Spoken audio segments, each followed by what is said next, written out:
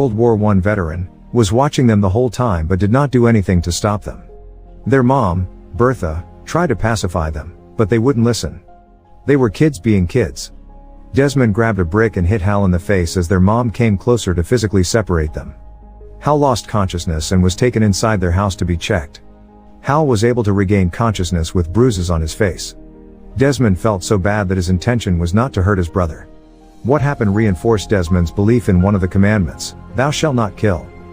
15 years after the incident, Desmond is now an adult.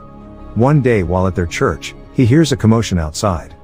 He goes out to check what it's for. As it turns out, there's a man that just got hit by a car. He instantly goes out of his way to rescue the guy, pulling him out of the car's trunk and applying a tourniquet to his wound with his belt.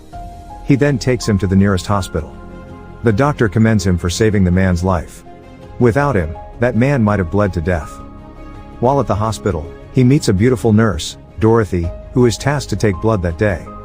Desmond volunteers to donate his even if that's his first time doing so. The next day, he tells his mom and the rest of his family that he met his future wife at the hospital. His mom wishes him luck. Desmond then returns back to the hospital full of excitement. At this hospital, Dorothy is surprised to see him again. She tells him that she can't take his blood 2 days in a row. Desmond then expresses his feelings to her and takes her on a date. On their way home, Desmond surprises her with a kiss. Dorothy slaps him.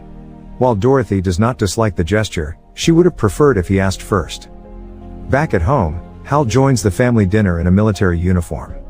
Hal enlists in the army as the US declares war on Japan after the Japanese bombing of Pearl Harbor. His parents are surprised as he did not consult them for this decision. He explains that they would have talked him out of it due to their religious belief. Also, being a war veteran, he does not want any of his children to undergo what he had to go through. One day, while dropping Dorothy to the hospital in a car, Desmond tells her that he will enlist to serve as a combat medic.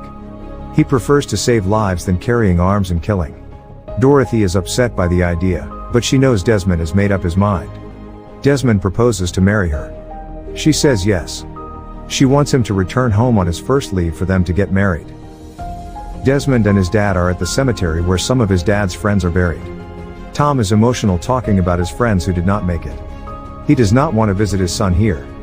He does not know at this time yet that Desmond also signed up to enlist. Desmond takes this opportunity to tell his dad about his own interest in getting enlisted. Dorothy gives his Bible to Desmond as he is leaving on a bus. Upon Desmond's arrival at the camp to train, he is welcomed by his fellow comrades. He then undergoes training under the command of Sergeant Howell, who does not see potential in him.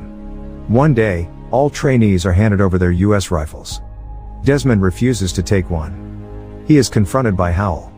He explains that before enlisting, he was told that he did have to carry guns. Desmond is taken to Captain Glover's office, who is not happy with Desmond's stance. Howell also tells Glover that Desmond won't train on Saturdays due to his religious belief as a Seventh-day Adventist. Glover tells him he'd be discharged for psychiatric reasons before being dismissed. Desmond is evaluated if he can be discharged. He assures the doctor that he is not mentally ill and that he does not hear voices. He is just following the commandments of God. The doctor explains this to Glover. Desmond is a legitimate conscientious objector and cannot be discharged. He can still work as a combat medic. Because they can't get rid of Desmond their way, Desmond is then tormented and put through grueling training for him to give up and go home. At one point, Desmond is also beaten up by his comrades in an effort to drive him out. Glover tells him that it's time to go home and quit as the place is apparently not for him. Desmond refuses to give in and even denies that he was beaten up. He is permitted to stay. Desmond reports to his company commander as he is scheduled to go on furlough and go home to marry Dorothy.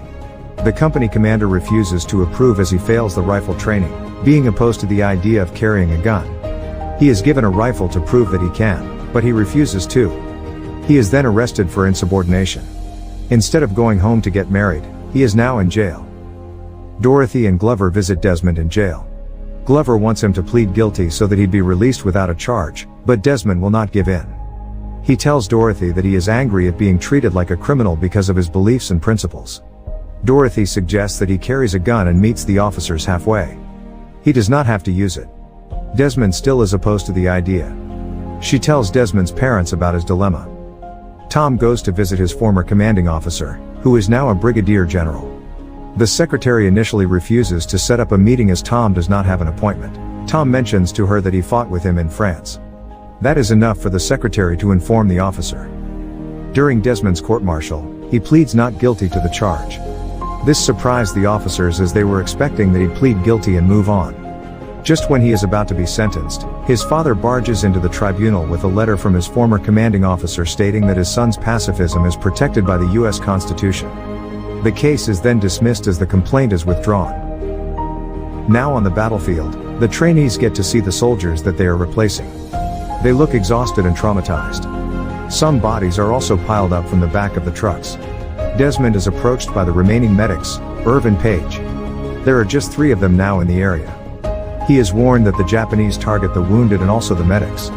He is told to get rid of all the markings that will identify him as a medic. As they enter the war zone, reality kicks in as soldiers get shot, amputated, and killed brutally by the Japanese soldier. One of the soldiers lost both of his legs. Desmond comes in to minimize the bleeding. The soldier begs that he does not leave him as he has kids waiting for him. Desmond swears that he won't leave him there. Desmond asks for a stretcher but to no avail. He decides to carry the wounded soldier on his back and takes him to safety. He demands that the soldier is the priority despite being severely wounded. Desmond then attends to another wounded soldier named Ghoul. The next day, the battle continues. The Japanese launch a surprise attack while the Americans are resting. They overwhelm the Americans by swarming in and forcing them to back down. Irv, one of the medics, is wounded during this encounter. Desmond asks another soldier to look after Irv as he attends to other wounded soldiers. The Americans are able to get away by retreating, but Desmond is left behind as he remains committed to saving as many lives as he can. The Japanese are closing in on Desmond. To protect him from the Japanese, Desmond has to cover one wounded soldier with sand. He also uses a dead body to conceal himself. The Japanese soldier who passes near them stabs the body on top of him and barely misses Desmond. Desmond attempts to save another soldier when it's safe to move, but he gets spotted. He manages to escape and hides in a tunnel. While hiding, he sees a Japanese soldier who is also severely wounded. The soldier thinks he'd be killed being weak and vulnerable. Instead, Desmond gives the soldier some morphine. Desmond goes back to the battlefield alone and continues to look for survivors and bring them to safety. He uses a rope to tie the bodies of the wounded soldiers and lowers them down from a cliff. One of the survivors is Sergeant Howell, who is badly wounded in the leg. Desmond makes sure the bleeding is minimized. He then moves to the other soldier, who is wounded all over his body, including his face. He tells Howell to wait for him as he'll take the other soldier first and return back for Howell. Captain Glover is certain that he lost a lot of his men. That's why he is greatly surprised to see some of his men being rescued. He is told that they were rescued by Desmond, who is even still there right now despite the danger of looking for survivors. Desmond returns back to Howell as promised.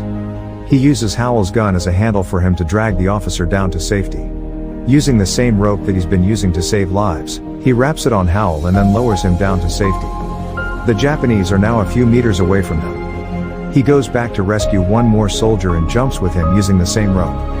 The Americans shoot back at them when the Japanese start shooting at them. When the battle is over, Glover checks in on Desmond, who is responsible for saving many lives. He orders that Desmond be taken to a hospital tent. In order to see the doctor who was previously mocked for refusing to handle a weapon but is now a hero who will not give up, troops line up to get a closer look. Glover approaches Desmond and apologizes for how he treated him during training. He admits he was wrong about him and did not see his potential. Glover also tells him that they need to go back tomorrow, even if it's Sabbath day for Desmond. He is reminded that if he does not show up, his men might also not go. The next day, the team is ready to go back to the battlefield. They all wait until Desmond is done praying before climbing up to the war zone. The movie ends with an encounter with grenades being thrown in their direction. Desmond slaps one away to save the soldiers while kicking the one on the ground. The last one explodes mid-air and injures Desmond. He is carried